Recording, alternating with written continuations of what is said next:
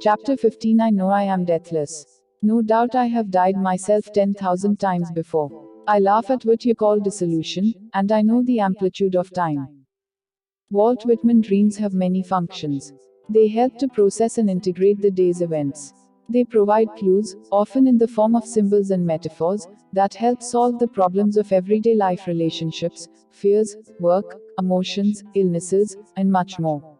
They can assist us in achieving our desires and goals, if not physically, then at least in the form of wish fulfillment. They aid us in reviewing past events, reminding us of parallels in the present. They protect sleep by disguising stimuli such as anxieties that would otherwise awaken us. Dreams have deeper functions as well. They may provide pathways to recovering repressed or forgotten memories, whether from childhood, infancy, in utero experiences, or even from past lives. Past life memory fragments often emerge in the dream state, particularly in those dreams in which the dreamer sees scenes from the years or centuries preceding his or her birth. Dreams can be psychic or precognitive. Often these particular dreams can predict the future. Accuracy varies because the future appears to be a system of probabilities and inevitabilities, and because the ability of people to accurately interpret their dreams itself varies tremendously. These psychic or precognitive dreams are experienced by many people of all cultures and backgrounds. However, many people are shocked when their dreams literally come true. Another type of psychic dream occurs when communication with a person at a distance is experienced.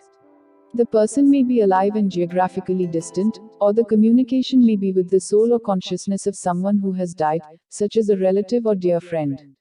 Similarly, there may be communication with an angelic spirit, a teacher, or a guide. The messages in these dreams are usually genuinely moving and very important. Traveling dreams also occur. During these dreams, people have the experience of visiting places to which they have never physically been. Details of what they see can later be confirmed. When the person actually visits the geographical place, even months or years after the dream, a feeling of déjà vu or familiarity may occur. Sometimes the dream traveler visits places that do not seem to exist on this planet. These dreams may be far more than nocturnal imaginings.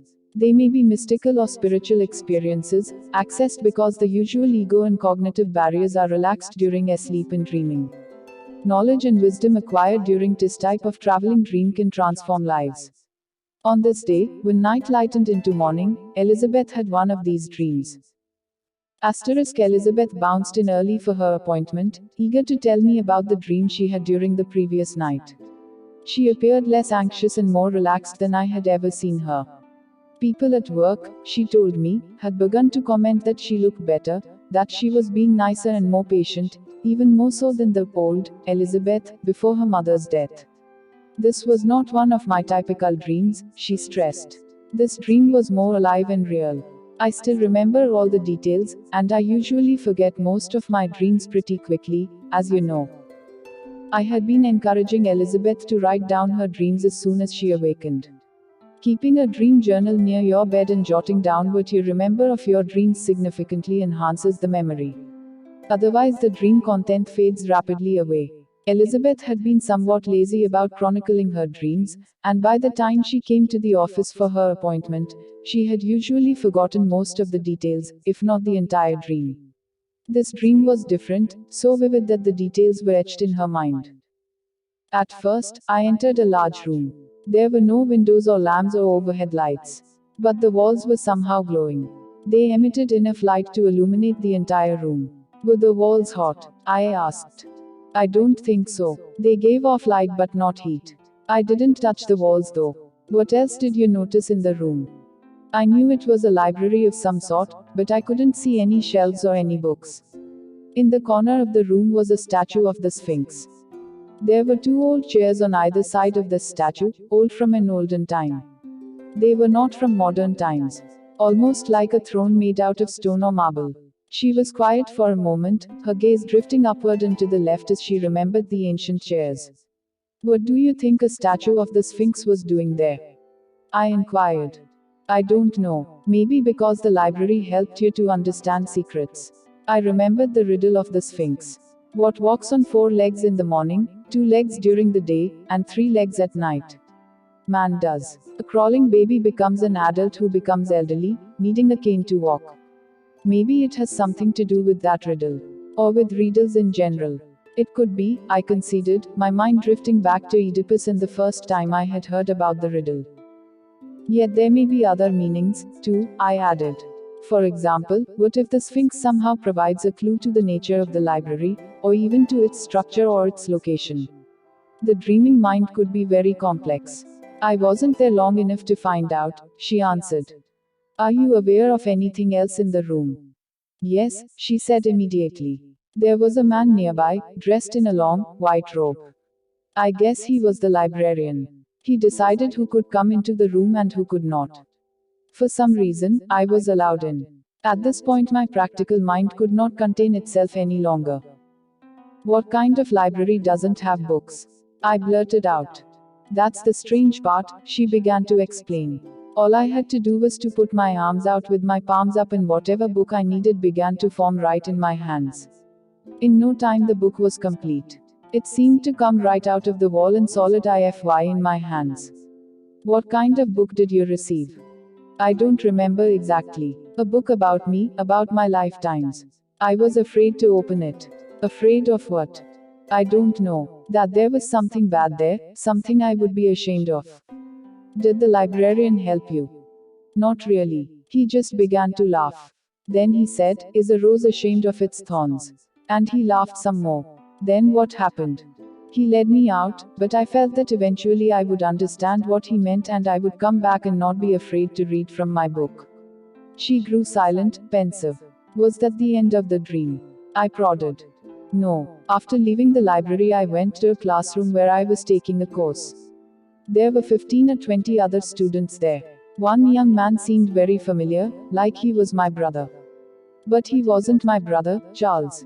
She was referring to her present life brother in California. What kind of a course were you taking?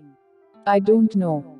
Was there more? I asked. She responded hesitantly. Yes. I wondered why she hesitated now, after already relating some very unusual dream scenes. A teacher appeared, she continued, in a voice slightly more than a whisper. He had the most intense brown eyes. His eyes would change to a beautiful purple color, then back to brown again. He was very tall and wore only a white robe. His feet were bare. He came to me and looked deeply into my eyes. Then what? I felt the most incredible love.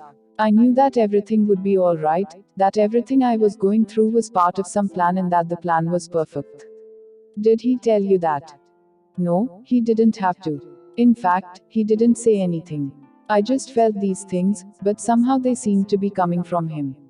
I could feel everything. I knew everything. I knew there was nothing to fear.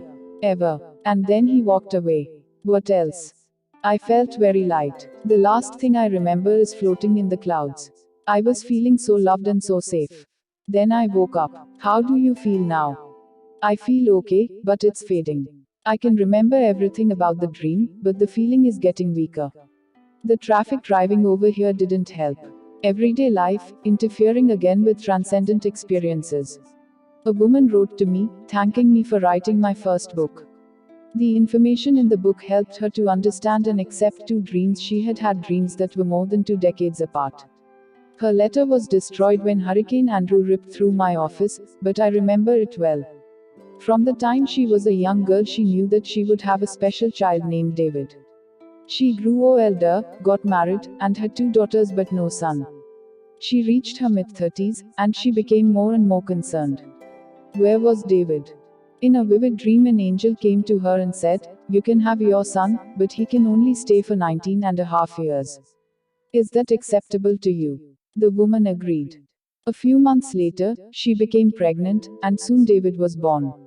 He was indeed a special child, kind, sensitive, and loving. An old soul, she would say.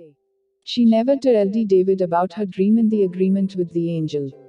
It came to pass that he died at 19.5 years of age due to a rare type of cancer of the brain. She felt guilty, anguished, grief-stricken, despondent. Why had she accepted the angel's offer? Was she somehow responsible for David's death? In a vivid dream a month after David's death, the angel reappeared. This time David was with the angel, and David spoke to her. Don't grieve so, he said. I love you. I chose you. You did not choose me. And she understood. Soulmate, this is a part of Zindagi Ki Roshni consultancy. It has been established for those who have lost someone and for those who are very sad in their life. About 100 PDF books and 20 short audio books of this topic will be sent to those who join it. This data will be sent to their email or WhatsApp. If you want to join this organization, then please send WhatsApp message to this number.